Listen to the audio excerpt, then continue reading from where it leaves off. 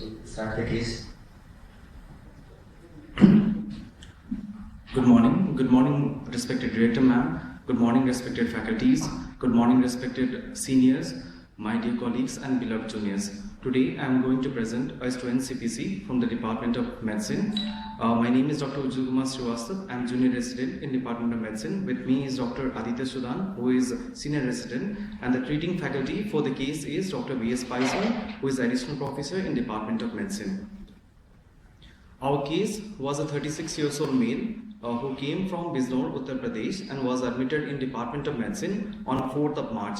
He is a new vendor by occupation and the history has been given by himself, thus the reliability of history is good. Before explain the timeline of the illness the person has had to put the clinical things into perspective. 5 years ago, he was apparently well when he started to have osmotic symptoms, for which he visited doctor and he was diagnosed to have diabetes mellitus, and he was started on oral anti-diabetic agents. 2 years after that, the patient had uncontrolled diabetes. For that, he revisited the doctor and he was started on insulin therapy. After 2 years, after starting the insulin therapy, the patient got admitted to a hospital with diagnosis of diabetic ketoacidosis, which was precipitated by sepsis secondary to urinary tract infection. His HbA1c at that level at the time was 16.9% and his hemoglobin was 11.7 gram per deciliter. 1 month after that, in March 2022, since then the patient has started to have shortness of breath and exertion, which is not associated with chest pain or palpitations, and he also started to have loss of libido. The shortness of breath was persistent and thus since June 2022 the patient has to leave his job. In December 2022 the patient again got admitted in hospital with diagnosis of diabetic ketoacidosis, again precipitated by sepsis, and this was secondary to community acquired pneumonia.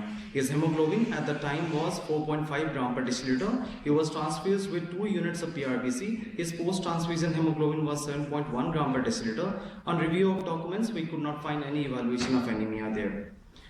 In February 2023, he had increased shortness of breath, and that had progressed to cause shortness of breath at rest with associated orthopnea. His hemoglobin at that time was 3.5 gram per deciliter. There was no history of blood loss. He was transfused with 3 units of PRBC and he had improvement in symptoms, and thus he was discharged. Now, in March 2023, he has presented to our hospital with the chief complaints of worsening shortness of breath for last 2 weeks, which has progressed from NYHA 2 to 4 to cause shortness of breath on rest and associated with orthopnea. It was not associated with chest pain, palpitations or cough. He also had history of fever for 2 days, 2 weeks back, which was low grade, intermittent, undocumented and without any diurnal variation or periodicity. And that subsided with over-the-counter medications but not associated with chills or rigors. He did not have any history of sore throat, cough, burning micturition, loose stools or joint pain. This is the family history of the patient, and he was born out of second degree consanguineous marriage. His father has 13 siblings and mother has 9 siblings. 2 siblings of father and 1 sibling of mother had history of blood transfusion, details of which are not known. At presentation, the patient on examination, the patient was tachycardic, the patient was having tachypnea, and he was in shock, which required the vasopressor support. His saturation at the presentation was 94% on room air, and he was febrile.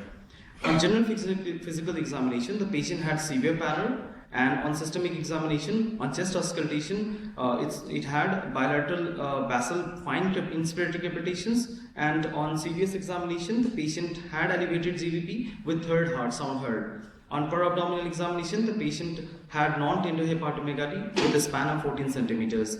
His central nervous system examination was intact. From the history and examination, we had some preliminary diagnosis at first, and the preliminary diagnosis were heart failure and anemia. The etiology for heart failure could be thought to be a metabolic cause or ischemic cardiomyopathy or dilated cardiomyopathy. For metabolic cause, we thought hemochromatosis as a cause because the patient had diabetes, had loss of libido, had hepatomegaly and second degree consanguinity. But there was no similar family history and no history of alcohol intake.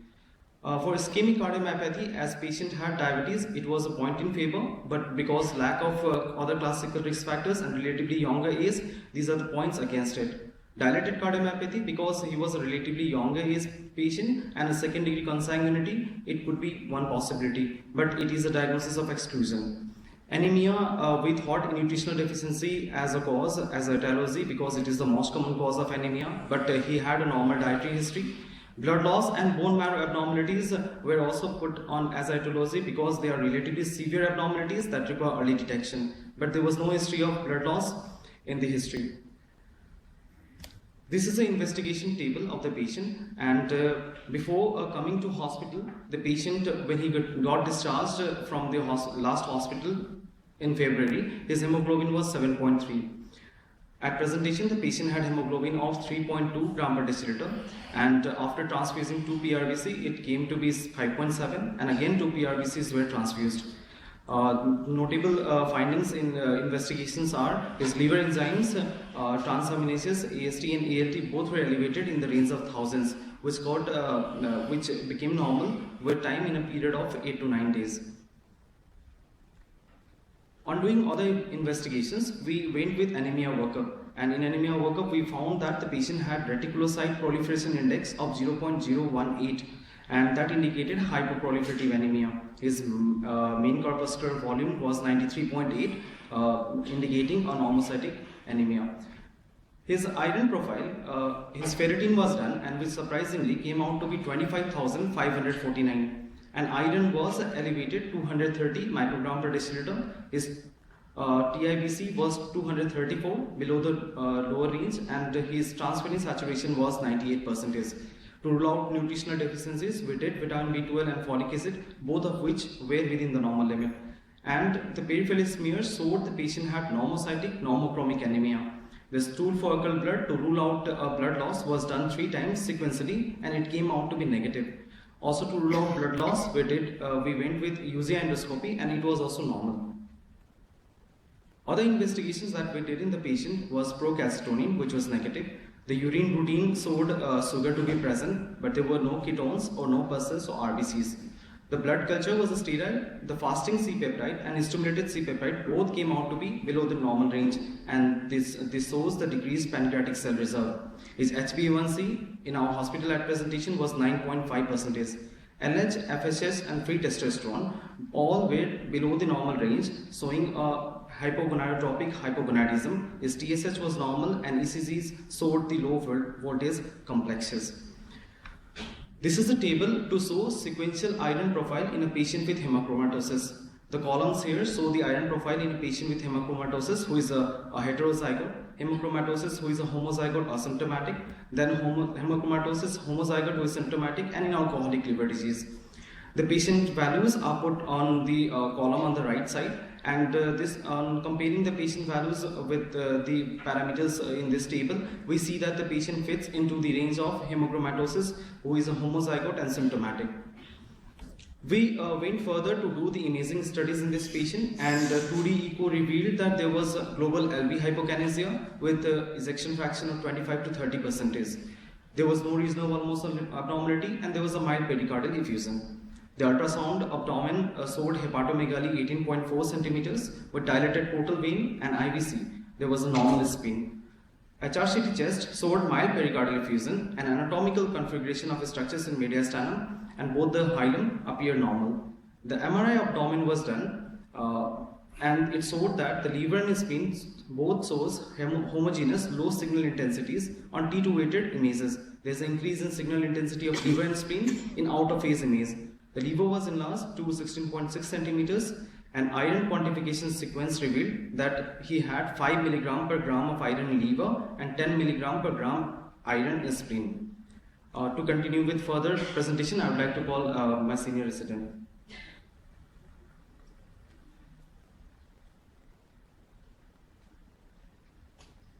So, to describe the further findings in radiology, this is the MRI of the upper abdomen. These are axial images taken at the upper abdomen at the level of the liver and the spleen. So this is a T2 weighted image.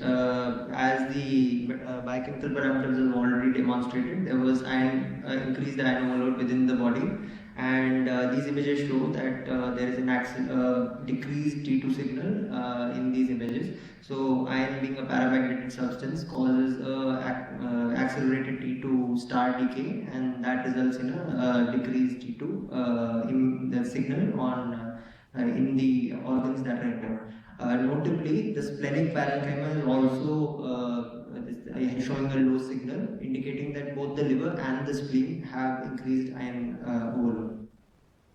As per protocol, the next imaging that was done was T1 imaging, both out of phase and in phase. So iron deposition within organs within the liver results in the reverse of the imaging findings of what to get in hepatic steatosis. So in out of phase imaging is done in T1 sequences within voxels that contain both fat and water. Out of phase imaging, if each voxel contains both fat and water, the protons precess at different frequencies and therefore go out of phase and in phase. Here you can see that within the out of phase images there is a paradoxical high signal within the liver, again indicating the presence of a paramagnetic substance. Similar findings are there in the spleen. In phase axial images also show low signal intensity in the liver, which is the reverse of what would be expected with fat. And the splenic parenchyma also shows low signal, in fact lower signal than the liver parenchyma, indicating a large amount of deposition within the spleen. The quantification of the iron deposition was done using T2 relaxometry techniques by calculating the R star value, and so they are very reliable measurements. Okay, so in summary, we had a 36-year-old gentleman married for 8 years, born out of a second-degree consanguineous marriage with normal siblings, milk vendor occupation without any prior history of substance abuse or use, known case of diabetes mellitus for the last 5 years, initially on oral anti-diabetic drugs, currently on NPH for the last 3 years, with uncontrolled blood sugars, with 2 episodes of likely decay over the last 3 years and poor diabetic education, with a pre-existing history of loss of libido and history of 5 PRBC transfusions over the last year. These were all presumably for a severe anemia. Who presented with a history of gradual onset progressive exertional chronic dyspnea, which was worsened over the last 2 weeks. Went from NYHA 2 to NYHA 4 without any coexistent chest pain, cough, palpitations or hemopsis. On examination, he had elevated JVP, NS3 heart sound, bilateral bivascular fine inspiratory crepitations, non-tender hepatomegaly, and whose investigations further confirmed the presence of a hypoproliferative normocytic normochromic anemia, with features of visceral iron overload, notably both in the liver and the spleen, and hypogonadotropic hypogonadism. Okay, so the key features in our case, one is visceral iron overload. Visceral iron overload, there were 4 manifestations as such. One was heart failure with reduced ejection fraction, although that was not confirmed on MRI. Hypogonadotropic hypogonadism, that has been established unequivocally based on biochemical and endocrine profiling. Hepatomegaly with increased liver and spleen iron, which was again established based on the gold standard T2 relaxometry, with more iron in the spleen than in the liver, and importantly diabetes mellitus, showing also associated with decreased beta cell reserve. Additionally, the anemia was preliminarily classified as being hypoproliferative, normocytic, normochromic anemia. So, the presence of anemia in a patient with iron overload prompted us to go for a further evaluation of the anemia. So, we'll just go through the diagnostic approach that was followed. So, as everyone knows, anemia is classified based on the RBC morphology into microcytic, normochromic and macrocytic. Our patient had normocytic anemia, which happened to be hypoproliferative. So hyperproliferative normocytic anemia was further could be due to renal dysfunction, could be due to anemia of chronic disease. So we evaluated the patient further. Both hepatic renal functions were normal. Renal functions were normal. Hepatic functions were initially deranged, but later on became normal. Serum iron, we did a profiling, and serum iron was found to be normal to high. So, in the presence of normal renal functioning and the elevated or the iron overload state that the patient was in, we suspected that the patient would be having either an infiltrative disorder or a red cell aplasia or some kind of ineffective erythropoiesis within the bone marrow. As we will discuss subsequently, ineffective erythropoiesis within the bone marrow itself also predisposes to iron overload. So the differential diagnosis at the end of our investigations included the following. The first one was hereditary hemochromatosis with pure red cell aplasia. We will or likely secondary or other causes of ineffective erythropoiesis. Points in favor of this were the history of consanguinity, the features of iron overload before the onset of anemia, the uncontrolled diabetes mellitus, maybe an immunodeficient state. Now, the main point against the occurrence of two unrelated disorders was basically that they are unrelated, so their probabilities would become the final probability would become the product of their probabilities, and therefore would decrease significantly. The other possibilities that we considered was an underlying bone marrow abnormality of causing ineffective erythropoiesis. So we will discuss why we thought of the bone marrow abnormalities subsequently. So the main reasons why we thought of CDA was because of the wide clinical heterogeneity and the late presentation and the reasonably consistent hematological and biochemical features in this case, the presence of normocytic anemia, and the fact that only the erythroid lineage was involved. Also the association with iron overload. Importantly, CDA is classically differential of chronic hemolytic anemia. So most patients, not most patients, but classically described patients have jaundice, splenomegaly, evidence of extramedullary hematopoiesis, which our patient did not. Okay. Other possible differentials that we had kept was a myelodysplastic syndrome. As per the present 2022 classification, we were suspecting MDS hypoplastic or at most low blast.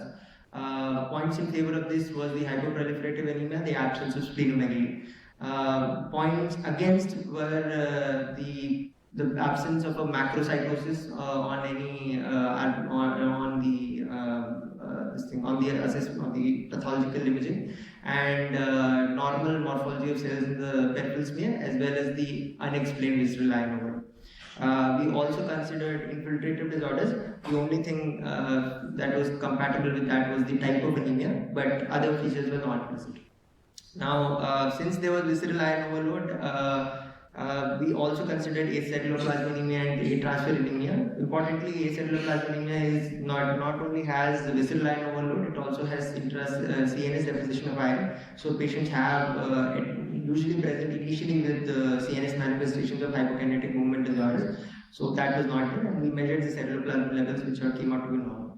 And atransferrinemia obviously was ruled out because the TIBC levels were normal. Okay. So the pathology slides will be discussed by Dr. Shalini.